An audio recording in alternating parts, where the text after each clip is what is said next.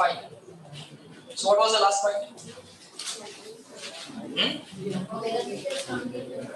Velocity of sound wave in air. Okay. Laplace correction बघितलं? Newton's formula बघितला? Fine. Let me ask you, what is the adiabatic bulk modulus? What is the formula? Mathematical relation. Adiabatic bulk modulus. काय formula? What I, it is gamma into P. It is gamma into P. What is isothermal bulk modulus? It is P. It is simply P. Isothermal bulk modulus formula काय? P. Adiabatic bulk modulus formula काय? Gamma into P. General formula of velocity of sound wave in a gas is under root bulk modulus upon density. मग तो bulk modulus process isothermal असेल तर P, adiabatic असेल तर gamma into P. What is general formula for bulk modulus? Delta P divided by delta V upon V आणि minus sign. Rearrangement केल्यानंतर minus V delta P by delta V. Minus V delta P by delta V. Minus V into delta P by delta V. General formula for bulk modulus. कसा काढायचा काय वगैरे या सगळ्या गोष्टी नंतर पण आपण बघू शकतो जेव्हा आपण कायनेटिक थेअरी ऑफ गॅसेस आणि थर्मोडायनामिक्स वगैरे हे सगळे पॉइंट्स बघू. ऐकलं का कधी नाव कायनेटिक थेअरी ऑफ गॅसेस? नाही ना? ऐकलंय? केमिस्ट्री मध्ये ऐकलंय? बरं, शिकूया, ते पण शिकूया. लिहा next point. Effect of external factors on velocity. Effects of external factors. लिहा ऑनलाइन वाले पण ऐकत लिहा. Effects of external factors on velocity of sound.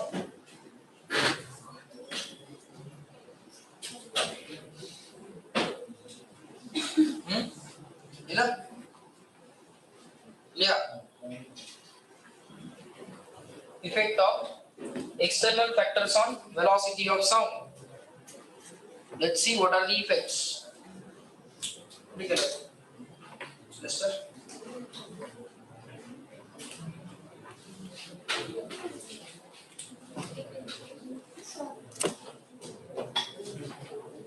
Just give me a second.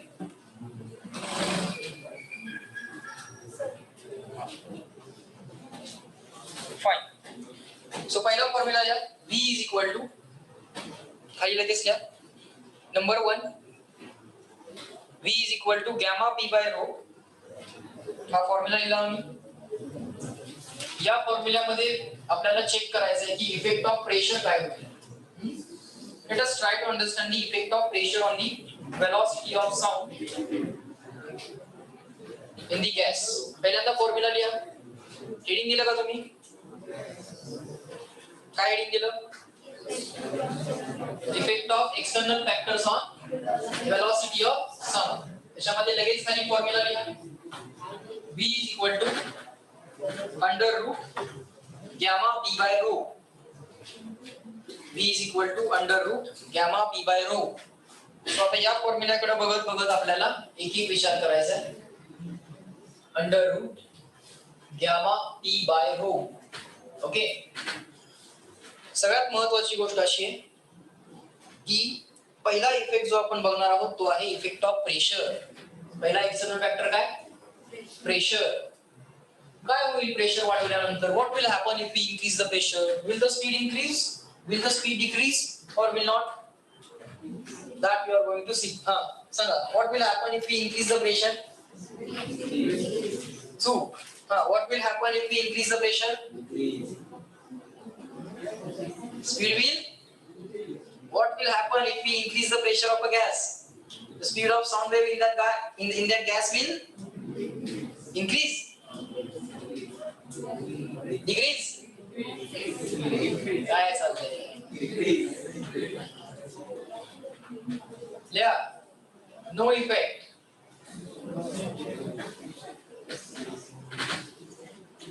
तर काय त्याचं? No effect. Why it is so? Density of a gas is proportional to pressure. Yeah, because density of a gas is proportional to pressure. Density upon pressure ratio remains constant, or pressure upon density ratio remains constant. बोला आता, increase decrease constant. परत एकदा, increase decrease constant. So no effect of pressure. Next. Second factor there. Density. Now, is it possible to increase and decrease density independent of pressure of a gas? No, that is not possible. Pressure and density एकमेकांना related आहे. पण असं केलं तर दोन different gas घेतले तर same pressure. Is it not possible? Is it not possible to have two different gases? This has been done for the same gas, right? Given gas, त्याचं प्रेशर वाढवलं की त्याची डेन्सिटी वाढणार. आपण दोन वेगवेगळे गॅस घेतले का? This is first gas at pressure P1. This is second gas at pressure P2. पहिल्या गॅसची डेन्सिटी पण काहीतरी असेल ρ1, दुसऱ्या गॅसची डेन्सिटी पण काहीतरी असेल ρ2. In that case, your answer will be correct. You will say V is proportional to P and V is proportional to 1 upon ρ. In that case, you will say. Okay. In which case, when you have two different gases, we have considered this for a single gas. So all these things are being done for given gas. एकच gas consider केलाय ना, आणि त्या गॅसचं pressure increase decrease करायचा प्रयत्न केलाय. Okay, this is for a given gas. Now let's say we are going to observe the effect of density. We are going to observe the density. So we have two gases. We have two gases at same pressure. At same pressure, but different densities. Same pressure, but different densities. All right. We have two different gases. Fine. So they have same pressure and they are given to be equal. They are given to be of equal densities. In that case, you will say V will be proportional to what? They have same pressure. Let's say they have same gamma. दोघांचा gamma पण same आहे असं म्हणूया. And in that case, V will be proportional to 1 upon square root of density. In that case, V1 upon V2 काय असेल मग? Inverse relation आहे. Square root चं काय? V1 upon V2 हा inverse relation. ρ1 upon ρ2 की ρ2 upon ρ1? Correct. ρ2 upon ρ1. Square root चं square root as it is. Square root चं square root as it is. So here we have two different gases. Here we have only one gas, given gas. Okay? Fine. All right. Next effect. Next effect कशाचा आहे? Temperature. All right. Let us try to find out the effect of temperature.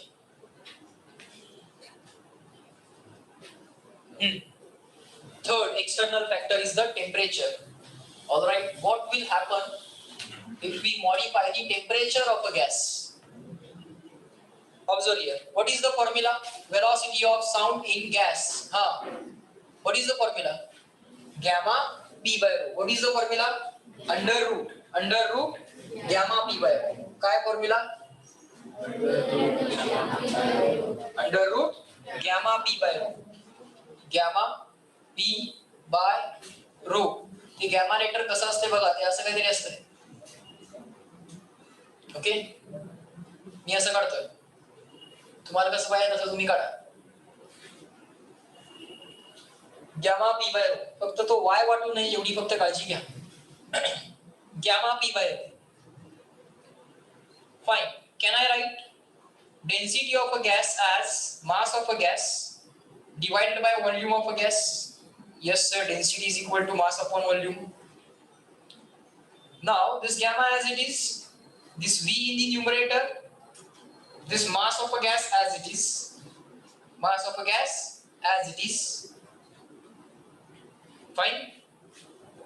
Now do you know that PV is equal to nRT for a given gas, ideal gas? PV is equal to nRT. Okay sir, fine. PV is equal to nRT, so gamma as it is, PV can be replaced by nRT. Now can I say mass of a gas, suppose एका मोलचं मास, mole concept माहित आहे, mole concept माहित आहे, 1 mole of anything is equal to what count of that thing?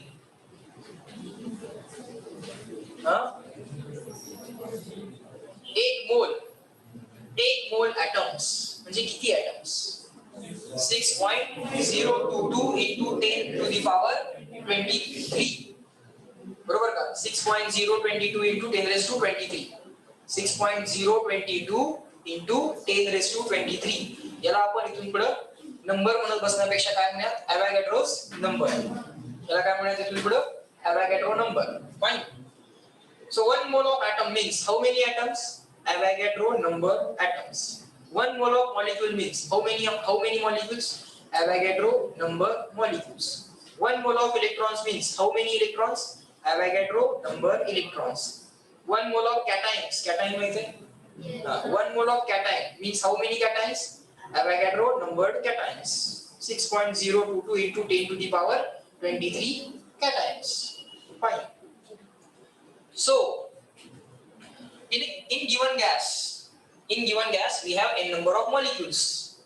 Let's say there are 2 moles. How many moles are there in given gas? We have a container, there are 2 moles in given gas. How many moles? 2 moles. So how many molecules of the gas are there? 2 moles चा gas दिलाय म्हणजे किती molecules असणार आहेत?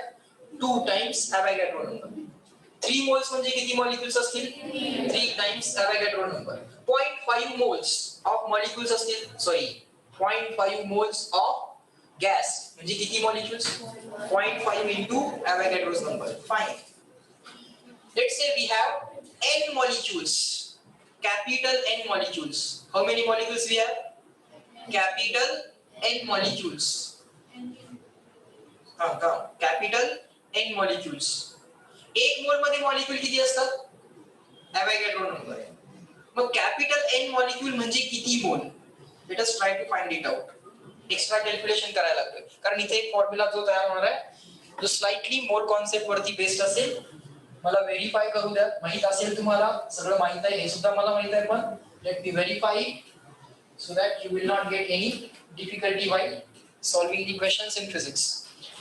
See, now I want to replace the mass of a gas. Okay, but before that I am doing one extra thing. Try to observe it carefully. 1 mole is equal to or corresponds to how many molecules? Number of molecules किती असतील बा? Avogadro number. What is Avogadro number? 6.022 and 10 to the power 23. That we know. Let us call that Avogadro number as Na. Avogadro number Na. लिहिताना Na लिहायचं, वाचताना कसं वाचायचं? Avogadro number. Fine. 1 mole corresponds to this much count of molecule. Has stands for number. Number of molecules एका मोल मध्ये किती असतील? Avogadro. मग capital N, sorry small n मोल असतील आपल्याकडे. 1 मोल असेल तर एवढे मॉलिक्यूल, 2 मोल असतील तर 2 टाइम्स Avogadro नंबर, 3 मोल असतील तर 3 टाइम्स Avogadro नंबर. तसं कॅपिटल N मोल असतील तर मी म्हणतोय capital N molecule, sorry small n मोल असतील तर कॅपिटल N मॉलिक्यूल. पण बाय फॉर्म्युला काय यायला पाहिजे होतं? 1 मोल म्हणजे Avogadro number, 2 मोल म्हणजे 2 times Avogadro number. Small n मोल means how many times Avogadro number? Small n times Avogadro number. Small n times Avogadro number. So number of moles चा फॉर्म्युला काय असतो? Given number of molecules upon Avogadro number. माहिती आहे formula? Number of moles चा formula काय? Given number of molecules upon Avogadro number. Given number of molecules upon Avogadro's number. ठीक आहे, fine. Forget about it now. Again, 1 mole ला corresponding जे काय मास असतं त्याला म्हणतात मोलर मास. 1 मोलला करस्पॉन्डिंग जे काय मास असतं त्याला काय म्हणतात मोलर मास. ओके. आणि जर गॅस दिला असेल तर त्याला मास ऑफ अ गॅस म्हणतात. तर त्याला काय म्हणतात मास ऑफ अ गॅस किंवा गिवन मास. 1 मोल दिला तर त्याच्या मासला काय म्हणायचं मोठ्याने सांगा. 1 मोल दिला तर त्याच्या मासला काय म्हणायचं molar mass. So molar mass corresponds to how many molecules? Avogadro number molecules. Molar mass corresponds to how many molecules? Avogadro number molecules. So number of molecules किती असतील? मोलर मास म्हणजे किती लोकांचं मास? Avogadro number एवढ्या लोकांचं मास. बरोबर. Molar mass म्हणजे किती लोकांचं मास? How many people will be there? Avogadro number एवढे people असतील तिथे, एवढी लोक असतील. So mass of a gas, mass of a gas कसं काढायचं सांगतो किंवा corresponds to what? त्याच्यामध्ये जेवढे गिवन नंबर ऑफ मॉलिक्युल्स आहेत तेवढ्या लोकांचं मास. हळूहळू समजू दे. फाईन. आता काय सांगतोय बघा, इथपर्यंत लक्षात यायला लागलंय का? 1 मोल म्हणजेच मोलर मास. मोलर मास म्हणजेच ॲव्होगॅड्रो नंबर एवढ्या. इथे काय द्यायला पाहिजे होतं number of molecules. Given number of molecules capital N घ्यायला लागलोय. ॲव्होगॅड्रो नंबरला एन घ्यायला लागलोय. मोलर मास सिम्बॉल असतो त्याचा कॅपिटल एम. मोलर मासचा सिम्बॉल काय असतो कॅपिटल एम. मोलर मास म्हणजे किती लोकांचा मास? ॲव्होगॅड्रो नंबर ऑफ मॉलिक्युल्स यांचा मास. फाईन. समजायला लागलंय. सो आता मला काय करायचंय मास ऑफ अ गॅसला रिप्लेस करायचंय. मास ऑफ अ गॅसला रिप्लेस करायचंय. 1 मोलचं मास किती? मोलर मास. 2 मोलचं मास किती? 2 टाइम्स मोलर मास. 3 मोलचं मास किती? 3 टाइम्स मोलर मास. n मोलचं मास किती? n टाइम्स मोलर मास. गॅस म्हणजेच n moles. when you are given n moles म्हणजे तुम्हाला एक गॅस दिलाय. n मोलचं मास म्हणजे किती असेल? n times molar mass. Mass of a गॅसलाच गिवन मास असंही म्हणतात. सो नंबर ऑफ मोल्सचा आणखीन एक फॉर्म्युला शिकवला असेल तुम्हाला. Number of moles equal to mass of a gas upon molar mass किंवा given mass upon molar mass. Given mass upon molar mass. Fine. आपल्याला फक्त एवढंच पाहिजे. एका गॅस मध्ये let there be small n number of moles. जो काय आपल्याला गॅस दिलेला आहे त्याच्यामध्ये किती नंबर ऑफ मोल्स आहेत? Small n. किती नंबर ऑफ मोल्स आहेत? रिपीट करा. Small n. मग गॅसचं मास म्हणजे किती लोकांचं मास? स्मॉल एन मोल्सचं मास. स्मॉल एन मोल्सचं मास म्हणजे किती? Small N into capital M. कळतंय का?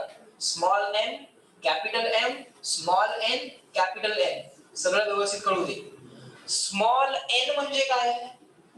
मोठ्याने सांगा. Number of moles. Small n म्हणजे काय? Number of moles.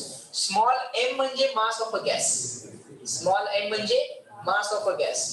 Small letter झाले. कॅपिटल एन म्हणजे काय? Given number of molecules. Given number of molecules. Capital N म्हणजे काय? Avogadro's number. कॅपिटल एम म्हणजे काय? Molar mass. Molar mass corresponds to how many molecules? Avogadro number molecules. एवढ्या सगळ्या लोकांचं मास बघितलं तर किती होईल? ॲव्होगॅड्रो नंबर एवढी लोक एकत्र बसवली, प्रत्येकाचं मास लिहून घेतलं, बेरीज केली, जे काय आन्सर येईल त्याला काय म्हणायचं? Molar mass. बरोबर. फाईन. इथपर्यंत आम्हाला समजलं. नेक्स्ट. सो हा झाला एक्स्ट्रा पॉइंट. लिहून घेतला असेलच तुम्ही माझ्याबरोबर. हा झाला एक्स्ट्रा पॉइंट. आता या एक्स्ट्रा पॉइंटचा यूज करा आणि मास ऑफ अ गॅस कसं रिप्लेस करायचं सांगा. नंबर ऑफ मोल्स इंटू एका मोलचं मास. मास ऑफ अ गॅस म्हणजे काय असेल? किती मोल आहेत तुमच्याकडे? स्मॉल आहे. एका मोलचं मास किती? Molar mass. बरोबर का?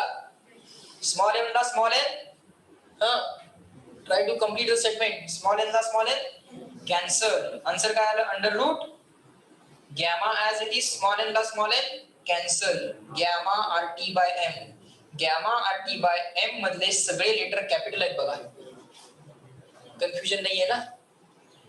गॅमा आरटी बाय एम या फॉर्म्युल्यामधले बाळांनो सगळे लेटर्स कसे आहेत? कॅपिटल लेटर्स आहेत. gamma RT by m. This is the formula of velocity of a gas at given temperature T. T या टेम्परेचरला m एवढं मोलर मास असणाऱ्या गॅस मध्ये किती स्पीड असेल काढता येईल ना. For given gas, gamma can be calculated. R is universally fixed. Temperature सांगा, गॅसचं नाव सांगा, स्पीड ऑफ साऊंड सांगतो आम्ही. समजलं का? In any gas, now you will be capable of finding the speed. Yes or no? Everyone also reply in the chat box. Is this formula clear to all of you? This is the formula of velocity of sound at given temperature in given gas. Given temperature, given gas. Given temperature, given gas. बोला formula काय? मोठ्याने सांगा. Velocity of sound in given gas at temperature T. Under root gamma RT by m. सगळे letters capital. Confusion आहे का काही? नाही. चला. So this is under root gamma RT by m. Okay. So for given gas, gas बदललाय का आपण? Gas बदललाय का? नो. आपण काय लिहितोय? For given gas. We are writing for given gas. For given gas gamma बदलणार आहे का? गॅमा बदलणार आहे का? नाही. R the universal is fix आहे. तुमच्या घरात जो गॅमा आहे तोच आमच्या घरात आहे. बरोबर का? गॅस असं म्हणतो का सरांच्या घरात आहे आपण जरा गॅमा जास्त असला पाहिजे बाबा असं काय म्हणतो का? असं काय म्हणत नाही गॅस. सो गॅमा काय असणार आहे? फिक्स असणार आहे. R the universal is fix आहे. फॉर गिवन गॅस कुठेही का असेल ना at any place at any time it's gamma will be fix.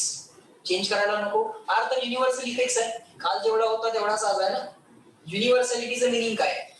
Should be same in time and should be same in space. काल जेवढा होता तेवढाच आज पाहिजे, तेवढाच उद्या पाहिजे. इथं जेवढा आहे तेवढाच तिथं पाहिजे, तेवढाच तिथं पाहिजे. आरची व्हॅल्यू सगळीकडे सेम आहे ना. So it is called as universal constant. असाच एक युनिव्हर्सल कॉन्स्टंट ग्रॅव्हिटेशन मध्ये पण शिकवलाय. Capital G. Fine. Forget about that.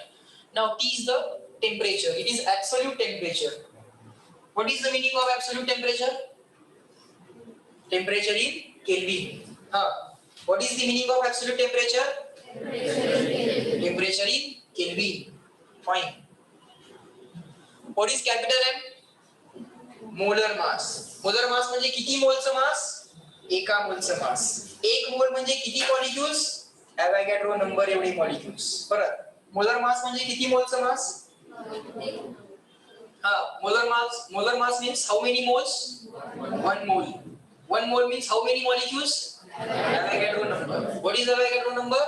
6.022 into 10 raised to 23. Minus 23 9. 10 raised to 23. Fine. So for given gas साठी काय काय फिक्स असेल? गॅमा फिक्स, आर फिक्स, मास पण फिक्स. काय बदलणार आहे आपण गिवन गॅसचं? Temperature. So for given gas दिलं तर काय लिहिशील? V is proportional to square root of temperature. कळलं का? गॅस बदललाय का? नाही. सो V1 upon V2 म्हणजे T1 टेम्परेचरला स्पीड V1 होता तर T2 टेम्परेचरला स्पीड किती असं विचारणार आहे. In the hydrogen at 27 degrees Celsius, the speed of the sound was 340 meter per second. In the hydrogen, now at the temperature of 427, what will be the speed of the sound? म्हणजे T1 टेम्परेचरला V1 होता, T2 टेम्परेचरला किती? Hydrogen gas तोच आहे ना. Oxygen gas बदललाय का? नाही. Nitrogen gas बदललाय का? नाही. एक काहीतरी गॅस घेतील, फिक्स देतील. So in that case, M is fixed quantity. So there you can write V proportional to square root of T. All others are constant. Forget about constant. Square root of T ला V proportional. So is equal to काय बोला? V1 upon V2 direct proportion आहे. V1 upon V2, T1 upon T2 लिहू. T2 upon T1. Square root ला cancel करू का? As it is. As it is. नशीबच. Square रूटला स्क्वेअर रूट कॅन्सल करून टाकतील. वरती पण आहे खाली पण आहे. कळालं? For given gas. आता लिहा. For two different gas sir gases म्हणा. For two different gases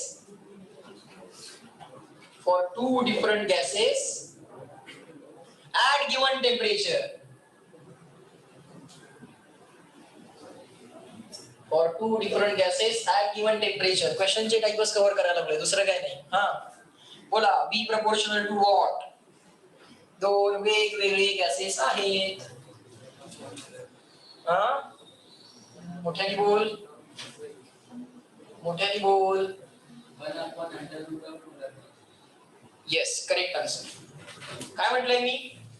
for two different gases at given temperature. त्यांचा गॅमा सेम घेऊयात फॉर टाइम बिंग, कारण गॅमा काढायला अजून शिकलोय का आपण? नाही, गॅमा काढायला अजून आपण शिकलेलो नाही, बरोबर? सो लिहा इथं, ऍज्युम गॅमा काय आहे? इक्वल आहेत दोघांचे. In that case, what we can write is, V is proportional to at given temperature. म्हणजे टेम्परेचर चेंज होतंय का? मोठ्याने सांगा. At given temperature temperature change होतंय का? नाही. पण टेम्परेचर चेंज होत नाहीये. मोलर मास बदलणार का? डिफरंट गॅसेस आहेत. One was hydrogen, another was let's say oxygen. One was hydrogen, another is let's say oxygen. Same temperature आहे, पण एक हायड्रोजन आहे आणि एक ऑक्सिजन आहे. याच स्पीड ऑफ साऊंड आणि याच speed of sound, it will be different. बोला काय लिहू? V proportional to 1 upon root m. समजतंय का? तो सांगा, V1 upon V2, पहिला स्पीड अपॉन दुसरा स्पीड. एक देतात, एक विचारतात. हा, M2 upon M1 की M1 upon M2? Square root as it is? Yes, M2 upon M1 square root as it is. बर, सांगा मोलर मास ऑफ हायड्रोजन किती आहे? मोलर मास ऑफ हायड्रोजन किती? 120. मग किती? 2. काय 2? नुसतंच 2?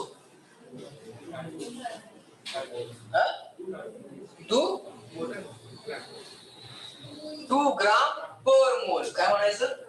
2 ग्राम पर मोल. युनिट आहे त्याला. काय युनिट आहे? मोलर मास युनिट काय? ग्राम पर मोल. मोलर मास युनिट काय?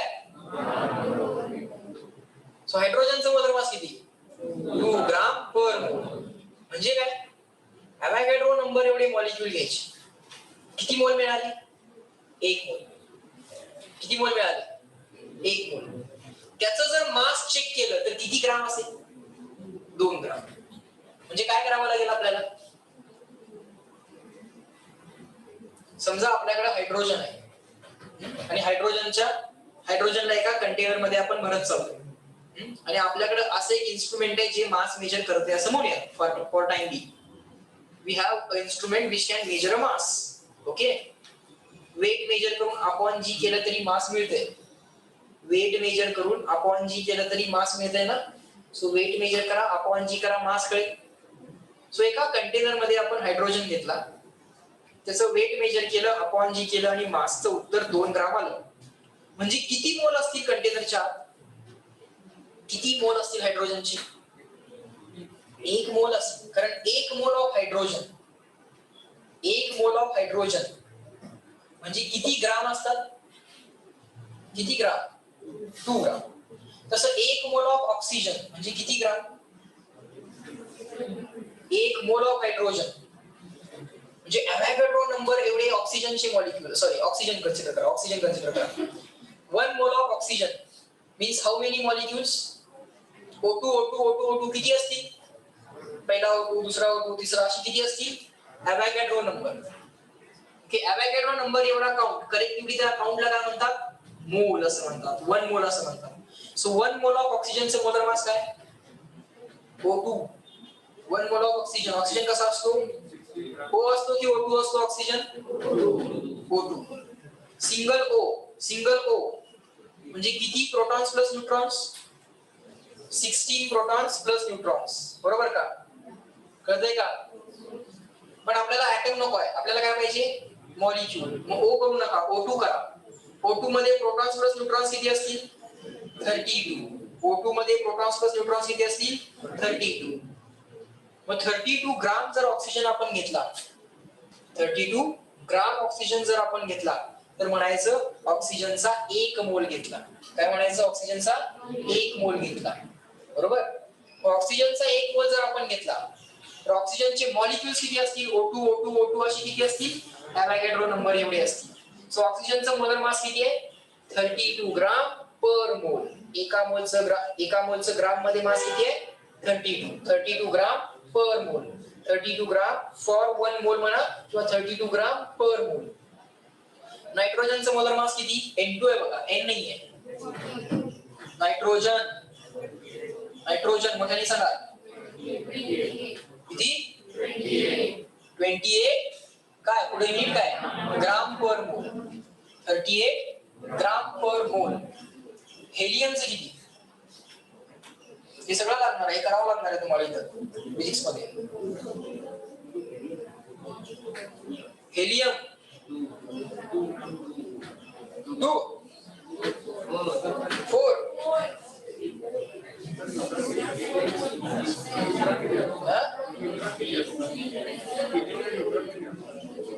न्यूट्रॉन्स किती असतात? हेलियम मध्ये 2 प्रोटॉन असतात, 2 न्यूट्रॉन असतात. हा परत 1 2 मध्ये 2 प्रोटॉन्स आहेत, 2 न्यूट्रॉन्स आहेत. हेलियम मोनोएटॉमिक असतो की डायटॉमिक असतो? हेलियम मोनोएटॉमिक असतो की डायटॉमिक असतो? हेलियम मोनोएटॉमिक असतो की डायटॉमिक? मोठ्याने सांगा. हा हेलियम काय असतो? मोनोएटॉमिक. हेलियम इनर्ट गॅस आहे ना, तो कशाला मग He2 तयार करेल? इनर्ट आहे ना तो. थोडं मला पण येते केमिस्ट्री. हेलियम काय आहे? इनर्ट आहे. हेलियम काय आहे? इनर्ट आहे ना. तो उगाच जोडी बनवेल का? नाही. पण त्यानं दुसऱ्या बरोबर जोडी केली तरी पण त्याचं काय ऑक्टेट वगैरे काय कम्प्लीट होत नाही. He2 वगैरे व्हायचं काय कारण नाही आहे, सोडून द्या. So helium is a monoatomic gas. Oxygen is a diatomic gas. Nitrogen is a diatomic gas. Hydrogen is a diatomic gas. कळलं? फाईन. एवढे गॅसेस आम्हाला माहित पाहिजे. कारण याच्यावरतीच क्वेश्चन्स येणार आहेत. Fine. So helium is a monoatomic gas. एका helium कडे 2 प्रोटॉन्स, 2 न्यूट्रॉन्स. सो किती झाले काउंट? प्रोटॉन न्यूट्रॉन काउंट किती झाला? 4. सो हेलियमचा 1 मोल घेतला म्हणजे हेलियम असे किती घ्यायचे? ॲव्होगॅड्रो. जसं मास मेजर केलं. मास कसं मेजर करायचं? वेट मेजर करायचं अपॉन जी. वेट मेजर करायचं आणि अपॉन जी. किती मास? 4 ग्राम पर मोल. किती मास येईल? 4 ग्राम पर मोल. सो या सगळ्या गोष्टी लिहून घ्यायला सुरुवात करा. मास ऑफ हायड्रोजन पटपटल्या 2 ग्राम पर मोल.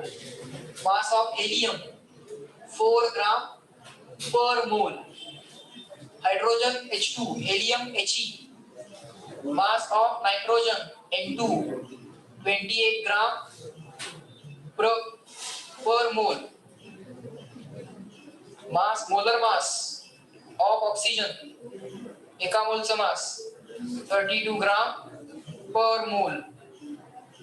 That's it. हे सगळं कॅल्क्युलेशनला लागेल. MCQs बघताना तुमच्या लक्षात येईल. म्हणजे आता आम्हाला हे क्वेश्चन सर सुटतील तेवढं आम्ही एन्श्योर केलं का? सर हेलियम ट्रायटॉमिक आहे बरोबर ना? कशाला म्हणतो दिस ट्रायटॉमिक? नाही म्हणतेस? बरं ठीक आहे. हेलियम काय आहे? कन्फ्युज होऊ नका. हेलियम काय आहे? मोनोएटॉमिक आहे. पण तरी सुद्धा त्याचं मास किती आहे? 4 आहे. का? 2 प्रोटॉन्स, 2 न्यूट्रॉन्स. व्यवस्थित विचार करा. ओके आणि उत्तर द्या. आता आणखी एक गोष्ट लक्षात घ्या. सो टेम्परेचरचा इफेक्ट कळाला. At given temperature molar mass relation कळालं. पण समजा if we have 2 different gases at 2 different temperatures and we want to compare the speed, let us still say that they have equal gamma. बोला हे सगळं पुसतो आता. Next question कसा असेल बघा. 2 गॅसेस लिहा माझ्या बरोबर. एव्हरीवन राईट अलॉंग विथ मी. क्वेश्चनचे टाइप कव्हर होत आहे तुमच्या नकळत. two gases, different temperatures. Two gases म्हटलंय, इथं विषय संपतोय. मोलर मास डिफरंट असणारच आहे.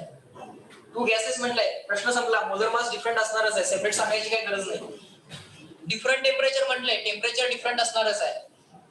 ऍझ्युम गॅमा इक्वल. ऍझ्युम गॅमा काय आहे, इक्वल आहे. ऍझ्युम करूया.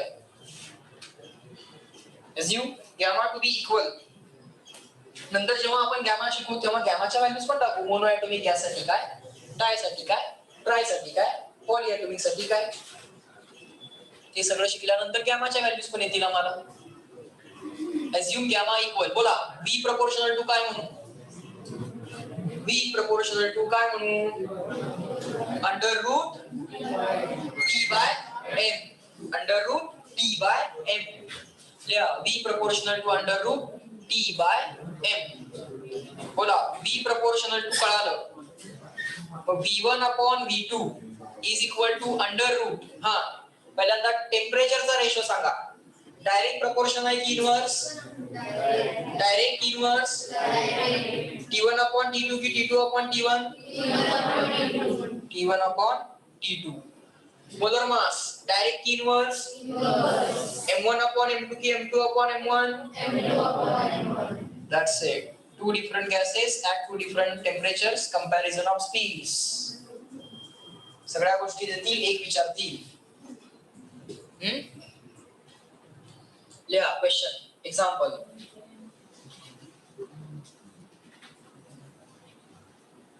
What should be the temperature of, question लिहा. What should be the temperature of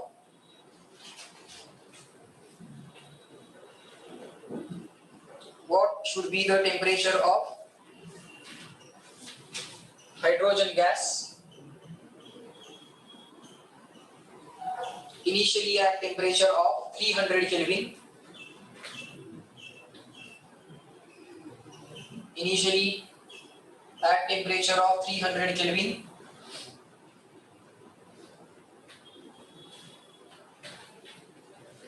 Should be made